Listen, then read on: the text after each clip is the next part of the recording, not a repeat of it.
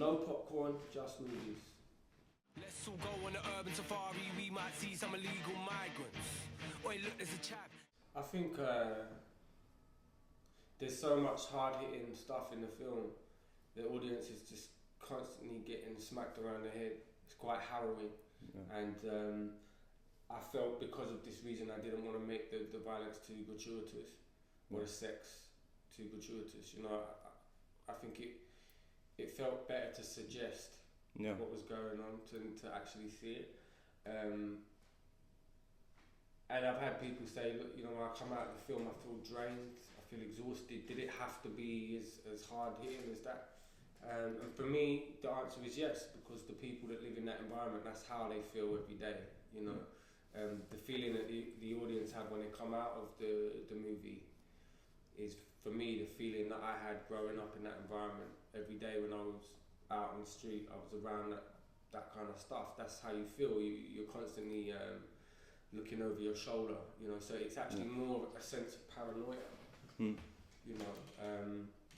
It's the fear that could happen to you because you know it's real, because you've seen it happen to other people. Be that lyrical narrator, social commentator, socially commentating. When I write, I tend to have two characters, even with stuff that I'm writing now. I don't think I mean to do it. It's when I create characters, I guess there's always a little bit of you in all the characters. Aaron is the heart, but sometimes Aaron does, well, he lets bad things happen. Yeah. And Ed is maybe the head. You know, like, fuck listening to the heart, you know. Yeah. We got business, we got money to make. But then at the end, Ed does the selfless act of saving the baby. And I think my point is that you have people in life that you perceive as bad, but nobody's born bad, they become bad because of the experience that they've gone through in their life. That's why we called the film Ill Manners, because, you know, ill is like mentally ill. Yeah. But also, you know, when someone has bad manners at the dinner table, ill manners is the same, you know? Yeah. But I've spelt the manners different. Manners is also a slang term in London for where you live. So you say, what manor are you from? It means what area are you from? So ill manners is a kind of play on words, because you hear it as like bad manners, but then it's spelt in a way of where you live. And the tagline is in England is, we are all a product of our environment. Yeah. So for me, it's like, if the environment that the government has created is a poor, deprived area, meaning that there's not a lot of money, the buildings look shit, there's nothing to do, that environment obviously facilitates crime to happen. And if you grow up in that environment where there's crime and drug dealing and prostitution and stuff, then you are going to grow up slightly desensitized to it. And it does, just because you're desensitized to it doesn't make you bad, but from the outside perception of people like that, they look bad, you know. So it was important for me to really try and drive that message forward through the film, that these people may be doing bad things, but it doesn't mean that they're necessarily bad people. They are just products of their environment, you know. I think the slogan in France is Le Cité de la Violence. Ouais, c'était the city of violence, right? But that's what I mean. The British slogan is, we are all products of our environment. So I think maybe because that doesn't translate in French, maybe that's lost from the title. But you know, obviously talking now is my opportunity to explain why the film was called that. And I think if you understand the title of the film in that way, it's a lot better to understand the reason why I wrote the film and the characters in the way that. One day you'll learn when you get burned. I liken the film to a puzzle, you know. With a puzzle you have you know, 100 little pieces, and you have the picture there. Yeah. And so you copy the picture, and I didn't have the picture there. I just had loads of pieces. And that's kind of how I filmed the film. Like I wrote the script, but the script was, I wrote it in a Pulp Fiction style. So it started on day 3, and then went to day 1, and then to day 2. And the problem was, my naivety, lack of experience in filmmaking. When we edited the film in that way, it was just too confusing. Okay. You know, in Pulp Fiction it doesn't matter because you get to the end of the film and you think about it and you understand what's going on. With Manors, when it was initially edited in that way, it didn't work. When I wrote the script and I wrote it in a Pulp Fiction style, I had carefully placed pieces of music or bits of the script where I said there would be music here, and there'll be music here and there'll be music here. The problem is, because the structure didn't work, I had to throw it out the window. So I was left with all these puzzle pieces. When we got David Freeman, who's an editor for Full Monty, I got him involved late on to restructure the film. When he'd done that, I was left with all these holes. So where I was going to have music before, it didn't work. It didn't make sense. So if you imagine a puzzle with missing pieces, I had to kind of band-aid pieces together, stick them together with glue and sellotape, and the music is that glue and that sellotape. And once I'd done that, I then still, although I had a narrative and a musical thing that joined stuff together, I was still left with black holes in the edit. You know, so I had to think of innovative ways of filling those visual gaps. And so the stuff you see in the film that is shot on the camera phone in Jake's story, that happened very late on. That happened in the summer of 2011 because I shot the drama in September 2010 for $100 grand, and then in 2011, in the spring of 2011, I sold the distribution for 5 times that. So that gave me the money for all the post-production and editing and to do some pickup stuff. And so at that point, that is where I was like, okay, I've got some money but not a lot of money, so I had to think of inventive ways, cost-effective ways of having something visual. And I remembered in the Jake story that when he's beating up his friend, there's a group of kids with all their camera phones, and I thought, right, this is how I can tell apart the story in a nice cheap way. I shoot it all on camera phone. And so that gave it this kind of frenetic energy where, you know, the editing was quite quick and it was quite handheld, and for me that was like, okay, well that lends itself to a really good soundtrack, really good piece of music here, and that's why I decided to put the Playing with Fire music there that I'd done with Labyrinth, who's I don't know if you've heard of him in France, but he's a big artist in the UK, and me and him had worked together previously on a different project, and we'd created this song that at the time didn't work for the other project, and it was just sitting there, we wasn't doing anything with it. And many times I would look at cuts of the film, and I would just turn the audio down and I would just play music. And I'd watch the images, and sometimes the music would work, sometimes it wouldn't, but I would just sit there and play different bits of music with different parts of the film and think, oh, that really works visually. And then I would work from that point. I would then decide to write the lyrics to that music and use that music for that part of the film. And that's kind of how it happened, you know. When you make an album as an artist, you know, every video is completely different because every song deserves a different style and a different feel. And for me, it was like, well, if this is like a hip-hop album turned into a film, it needs to be the same thing. You know, okay, the dialogue needs to have the same kind of cinematic style, but when there's a new track, you can change the format, the colour, the editing style. The imagery had to lend itself to the music. I think if every kind of music video part was the same style, it wouldn't work with the track. I had to listen to the music and think, what does this deserve? What works with this? That's why with the intro it has the time lapse on the Canon 5D. You know, and we used this tracking device.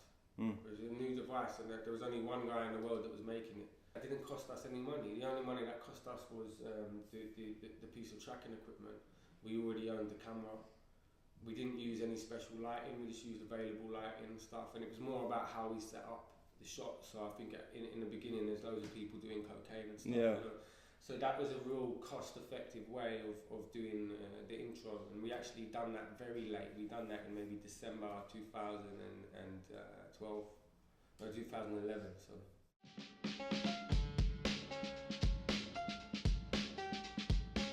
We shot all the drama first, so it was when I came back and I had a little bit more money in 2011. These gaps were never, like I said, it was like a puzzle with missing pieces. It was never written into the original script. So if you read the original script, they're not there. Some of the ideas I dreamt up literally the night before. The Mr. Drug Dealer segment of the film that goes into the basement, you know, when the camera tracks. That was an accident. I mean, what happened was I asked the art design to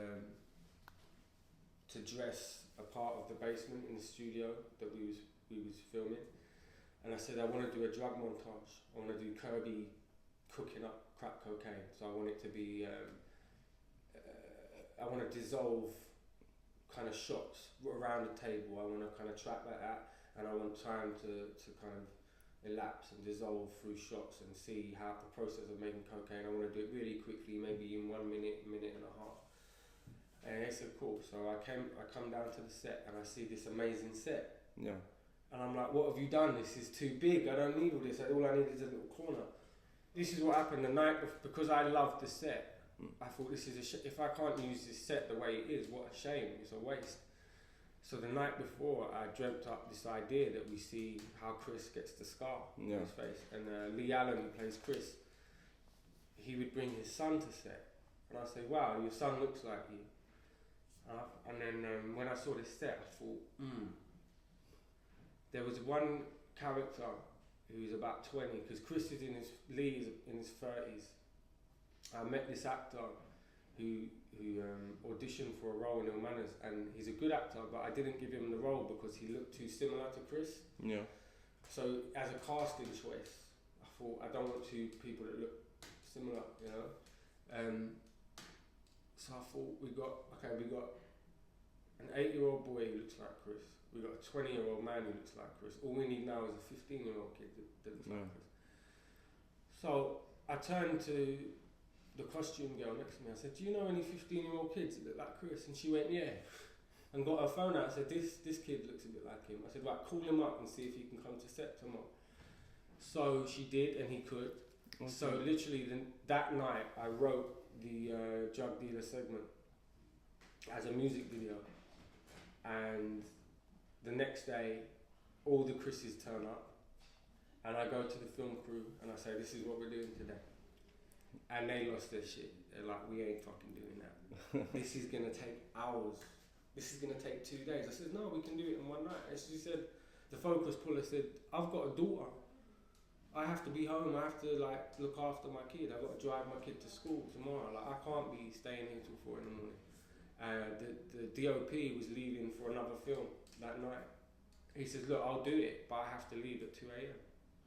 So we had to hire a new DOP to come in at 2 a.m. to carry on filming.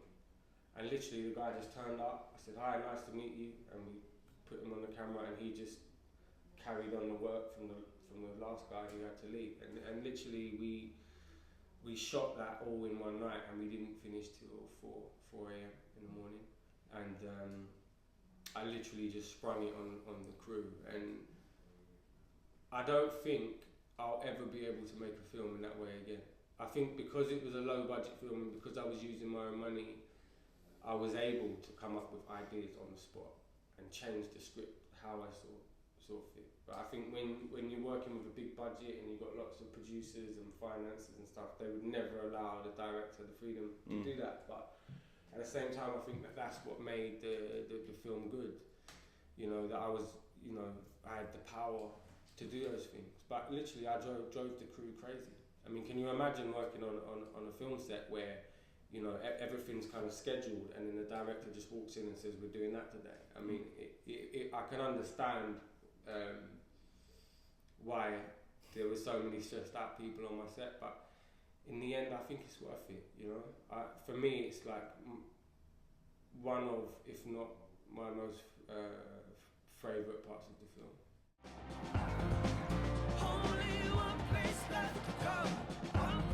The character of Michelle in the original script, she dies.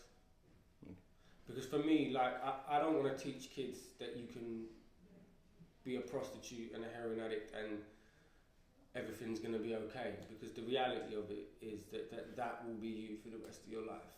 You'll either be that or you'll die young. You know, heroin and crack cocaine is poison. It's not good. It just ruins people's lives. It ruins their families' lives, the people that love them and care for them. It just destroys everything. And I didn't want to portray drugs in a way where it's okay, you can get hooked on heroin, but you'll come out the other side and everything will be alright, because that's not the truth. So actually, I think that me deciding that Michelle would live is actually unrealistic. I think that's the one fabrication I feel in the film. But it got to a point where, you know, there wasn't enough strong female characters in the film, and it was just, you know, maybe too dark. And although I decided to keep her alive, even though in reality I feel that she would die, I think the story as a whole needed that. You know, it needed that hope.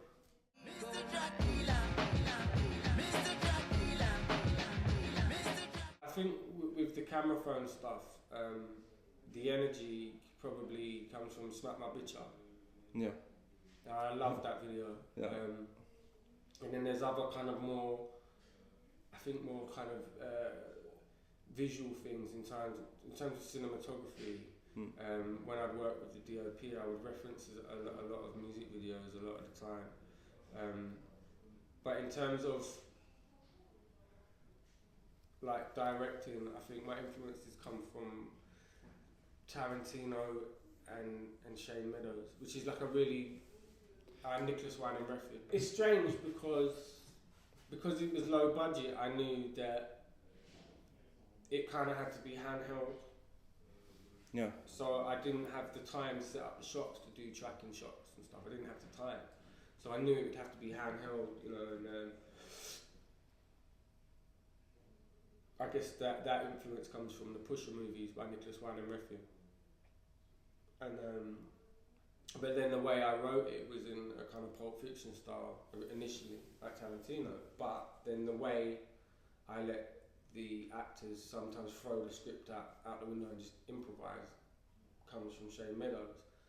So I think even in terms of the style in which I executed the film was a little bit like this puzzle I'm talking about, because I would just see when something wasn't working. I would see when the actors were working from the script and it felt scripted. And because I didn't have a lot of time, rather than do take after take after take to try and get it right, I would literally walk up to them and I'd go, right, throw the script out the window, you know the beats, you know the objective, you know you're supposed to say this at this time, just everybody say it in the way they want to say it. This was a bastard in the edit, because in the edit it was always slightly different and it was really difficult to kind of cut it together. But at the time I felt what I need is to believe these characters, and you know, I don't need a slick looking film, I just need to believe these characters and I need that performance. And so I kind of went into the project thinking it was a kind of Pulp Fiction style film, but knew I had to shoot it like a Pusher style film. And in the end, the direction that I gave the actors was more like a Shane Meadows style film. So what you're left with is a surreal kind of hip hop musical, which uses naturalism rather than realism, and that's what makes the film kind of unique. Life is like a game of Monopoly, the ones that get a head start by... Not yet, because I mean the time it takes to make a film, the energy that goes into it, I haven't felt the need to make another one since this. Okay. There's a lot of people that that would love to work with me now and want to give me the money to make my film properly, but I don't want to just rush into it and make the wrong film. Like I said, if this film kind of is my calling card to the world and says, hey, this guy can direct, then I don't want the next film to be a disappointment. I want it to be even better than this, you know. So it means I have to choose what that is very carefully, you know. I need to write it, but that means I need to take time and, you know, regroup, live life a little bit and take inspirations from normal life, because, you know, I've been living in a make-believe world for so long now, you know. When you're successful, you know, the red carpet is rolled out everywhere for you, and it's not real life, you know. And some of the people you meet and the experiences you're in, they're not everyday experiences. They're kind of pretty unique, you know. Being famous, it is. It's like I said, a fairy tale, you know. And all my work is informed by reality. So I think now I need to take time and just kind of live life normally, like a normal person, and let that inspire the next project, I think.